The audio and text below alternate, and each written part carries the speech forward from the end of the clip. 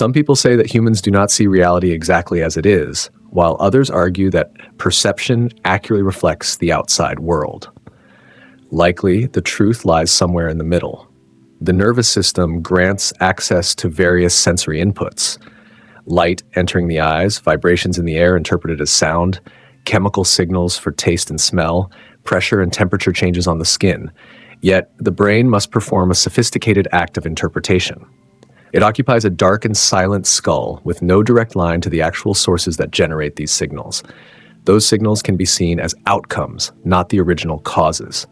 When a crash is heard, it could be a backfiring car or a falling object. The brain must guess which cause is correct. This guessing process is built on accumulated past experience, shaping how the signals are interpreted. As a result, every moment of perception is a best guess, an inference about what is in the environment or the body. An example can be seen in illusions. One sees two patches of gray that appear different even though they are physically identical. They seem distinct shades simply because the brain infers they must differ under shadowing conditions or some local context. Another example arises in ambiguous auditory clips, where a seemingly random sound is heard. If the individual is exposed to a clearer version of the same phrase and then re-listens to the original sound, the phrase is recognized. The relevant auditory cues were present from the start, but only after hearing a predictable template does the brain lock in on that pattern. These illusions and reinterpretations underscore that perception goes beyond raw data. It results from a predictive process that merges incoming signals with prior beliefs or knowledge. Some people reference the notion that the brain runs a model of the world, but a subtler idea is that the brain runs a model of the body in the world. Stimuli from the external environment, like the shape of an object or the pitch of a sound, and from the internal environment, like the feeling of hunger or changes in heartbeat, feed into this ongoing model. If one thinks of classification, the mind lumps certain experiences together. Apples share a round shape, a crisp texture, and a context of being edible. But classification can also be more abstract, grouping objects by their uses. These categories can exist physically or conceptually. The brain is not simply discovering categories in the world, but constructing them based on function or context. That ability leads to something called social reality, in which entire categories exist by collective agreement rather than intrinsic physical form. Paper bills become money if a culture assigns them a monetary function. A group of dwellings becomes a town if enough people treat it as such, setting up governance and communal norms. Fences or lines in the sand become borders designating separate nations, transforming humans into foreigners or citizens. The lines themselves do not contain these properties. The properties emerge from shared collective belief. From these observations, one might see that large parts of daily experience reflect predictions shaped by social agreement as much as by raw sense data. This extends even to how emotions or expressions are interpreted.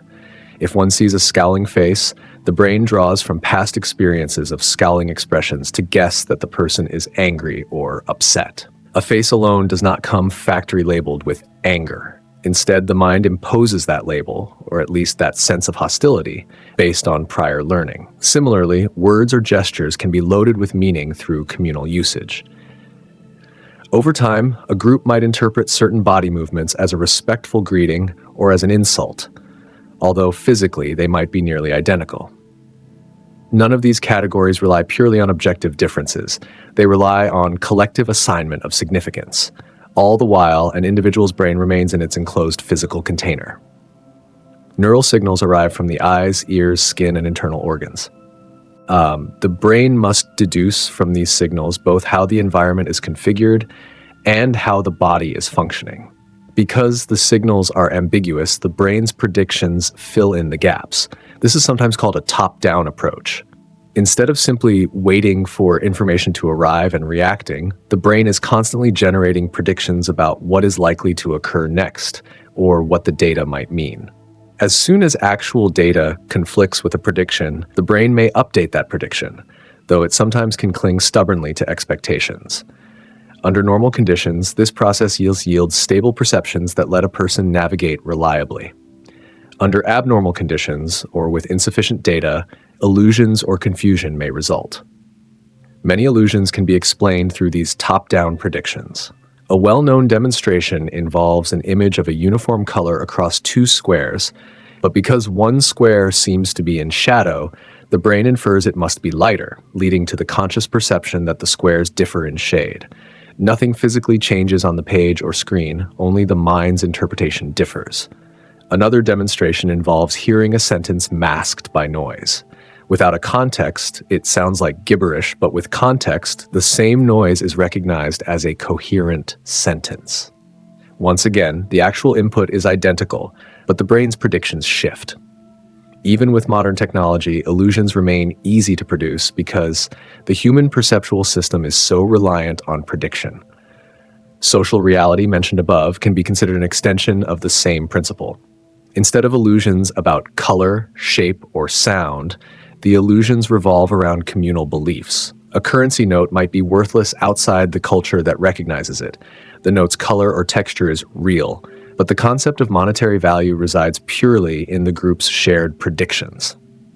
For instance, people take it for granted that they can exchange these pieces of paper for food or services. The brain constructs elaborate predictions about how others will treat the note. Because nearly everyone in a given society endorses those predictions, it becomes effectively real. If that communal consensus dissolves, as can happen in a hyperinflation scenario or a breakdown of governance, the illusions about the note's stable purchasing power vanish. This phenomenon recasts illusions, showing that illusions need not be purely visual or auditory. Entire social systems can be illusions in the sense that their meaning arises from collective inferences rather than from physical properties. In everyday life, illusions can be beneficial. They help one interpret ambiguous cues, making sense of incomplete or noisy data. Often, illusions drive success. They lead to quick, mostly accurate judgments of what's going on. Yet, illusions can be detrimental if they become too divorced from reality. One example is anxiety-driven predictions that cause a person to misread neutral situations as dangerous, possibly culminating in chronic stress. Another example is prejudice, where group illusions label certain people as threatening or inferior. These illusions may be collectively reinforced, but can severely harm individuals and communities. Recognizing illusions exist in the social domain too might encourage a reevaluation of biases or stereotypes as group-level predictions rather than absolute truths. What about the self? The idea that the sense of being an individual is itself the result of prediction might feel disconcerting. Yet experiments show that bodily self-perception is malleable. Illusions like the rubber hand illusion or virtual reality manipulations can cause the brain to accept an external object as part of the body if the timing of sensory stimuli matches. Similarly, the sense of ownership over actions might shift if the brain experiences mismatched timing or contradictory information, a phenomenon sometimes studied in illusions of volition. Meanwhile, from inside, the sense of the body is shaped by interoceptive signals that keep track of hunger, heart rate, or tension. These signals tell the brain about the body's internal environment, but once again, what is felt can be shaped or modulated by predictions. For instance, a normal variation in heart rate might be misread by the mind as anxiety if a person's previous experiences lead them to interpret a quickened pulse as panic. Such illusions are not purely accidental. The body uses them for survival, adjusting levels of alertness or initiating stress responses that, in evolutionary contexts, help avoid danger. However, in modern contexts, these same illusions can misfire, causing chronic stress in relatively safe environments. This interplay reveals that illusions about self are intimately tied to the regulatory tasks that keep the organism alive.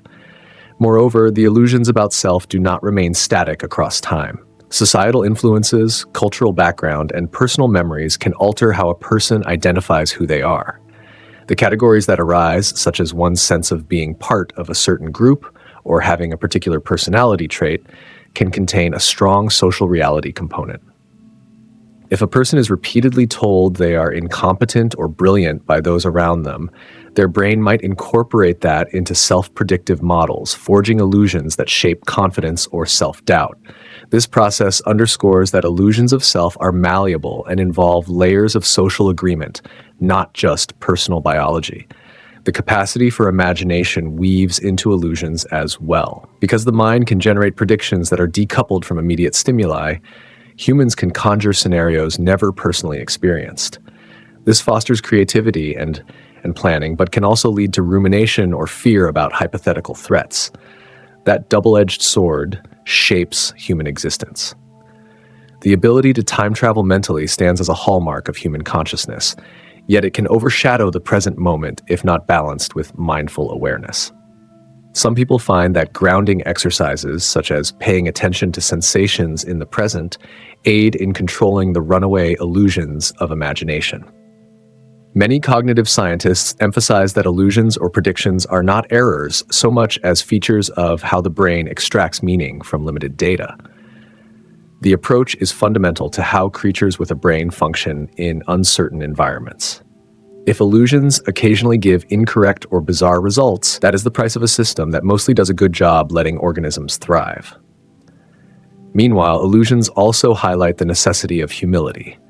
Nothing we perceive is guaranteed to be the pure, unadulterated essence of objective reality.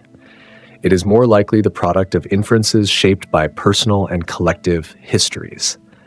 One might wonder how illusions tie to moral or ethical dimensions. If the sense of an us versus them can be seen as an illusory category shaped by social constructs, that recognition might reduce hostility. People might realize that beliefs about who counts as a friend or an enemy can be changed if illusions are recognized for what they are. On a personal scale, illusions about one's own limitations might be re-examined. If a person has always believed they lack artistic talent based on a single negative comment early in life, it might be a strong but inaccurate predictive model. Recognizing that illusions shape the sense of personal ability opens the door to rewriting one's story, attempting new endeavors with an open mind. This point also touches on society's relationship to certain intangible constructs: legal frameworks, currencies, governance, cultural norms. They are illusions in the sense that their meaning arises from social consensus, yet they can exercise real power. The illusions become stable once enough people treat them as real. They can dissolve if that collective acceptance unravels. This delicate nature suggests that illusions need to be managed with care. If illusions unify people beneficially, they can yield prosperity and cooperation. If illusions polarize or foster cruelty, they can unravel the social fabric. In the context of exploring illusions in the domain of science, the same principle may apply. Even the scientific method relies on classification, measurement, and communal acceptance of interpretive frameworks. The discipline tries to reduce illusions by verifying predictions with experiment, discarding models that fail. But even in that realm, illusions can persist as widely accepted paradigms until contradictory evidence or a new conceptual approach emerges. Some historians of science illustrate how certain illusions about, say, planetary orbits or the nature of matter endured for centuries until new observations forced a conceptual break. Altogether, illusions highlight how flexible and adaptive the mind can be. The dark, silent box of the skull might sound limiting, but within it, billions of neurons orchestrate a symphony of guesses that integrate external data and personal history. The result is a workable, if incomplete, sense of reality. That sense extends into abstract constructs, shared illusions, or socially emergent categories. Yet illusions need not be lamented as pure falsehood. They can be recognized as partial truths that allow humans to function, create, and collaborate. The art, perhaps, is to remain aware that illusions always carry the possibility of misfiring or causing conflict if left unquestioned. Consciousness, in that sense, might be best understood as an ongoing dance of illusions that shifts with context, biology, and culture. Each experience of color, shape, or social meaning is shaped by the synergy of physical signals and the mind's predictive engine. Each experience of self emerges from the internal drive to regulate bodily states while also embedding in social narratives. Each quick inference about money, law, or identity arises from shared illusions that communities uphold. So illusions, far from being trivial amusements, appear central to how the social world and the personal world are created in each passing moment. In summary, illusions fill personal perception, social constructs, bodily identity, and imaginative leaps. Because illusions are not random, but guided by neural predictions anchored in prior learning and communal agreement, they typically prove successful. However, illusions can also hamper clear thinking or cause suffering. The concept that illusions unify everything from color illusions to currency might seem surprising, but it underscores that we do not directly observe an absolute reality. Instead, we compile, predict, and collaborate on illusions that serve functional roles, like bridging the gap between raw stimuli and the demands of everyday life. Recognizing illusions can open the way to deeper self-understanding, more flexible approaches to cultural norms, and a gentler approach to the illusions undergirding social identity. Maybe illusions can become catalysts for adaptation, creativity, and empathy as people navigate the kaleidoscope of existence. By integrating that awareness into how we relate to ourselves and others, illusions transform from hidden masters into conscious tools. This ultimately can become a liberating realization. Illusions are not flaws in the human condition, but windows into the profoundly inventive capacity of the mind and the communal imagination of societies.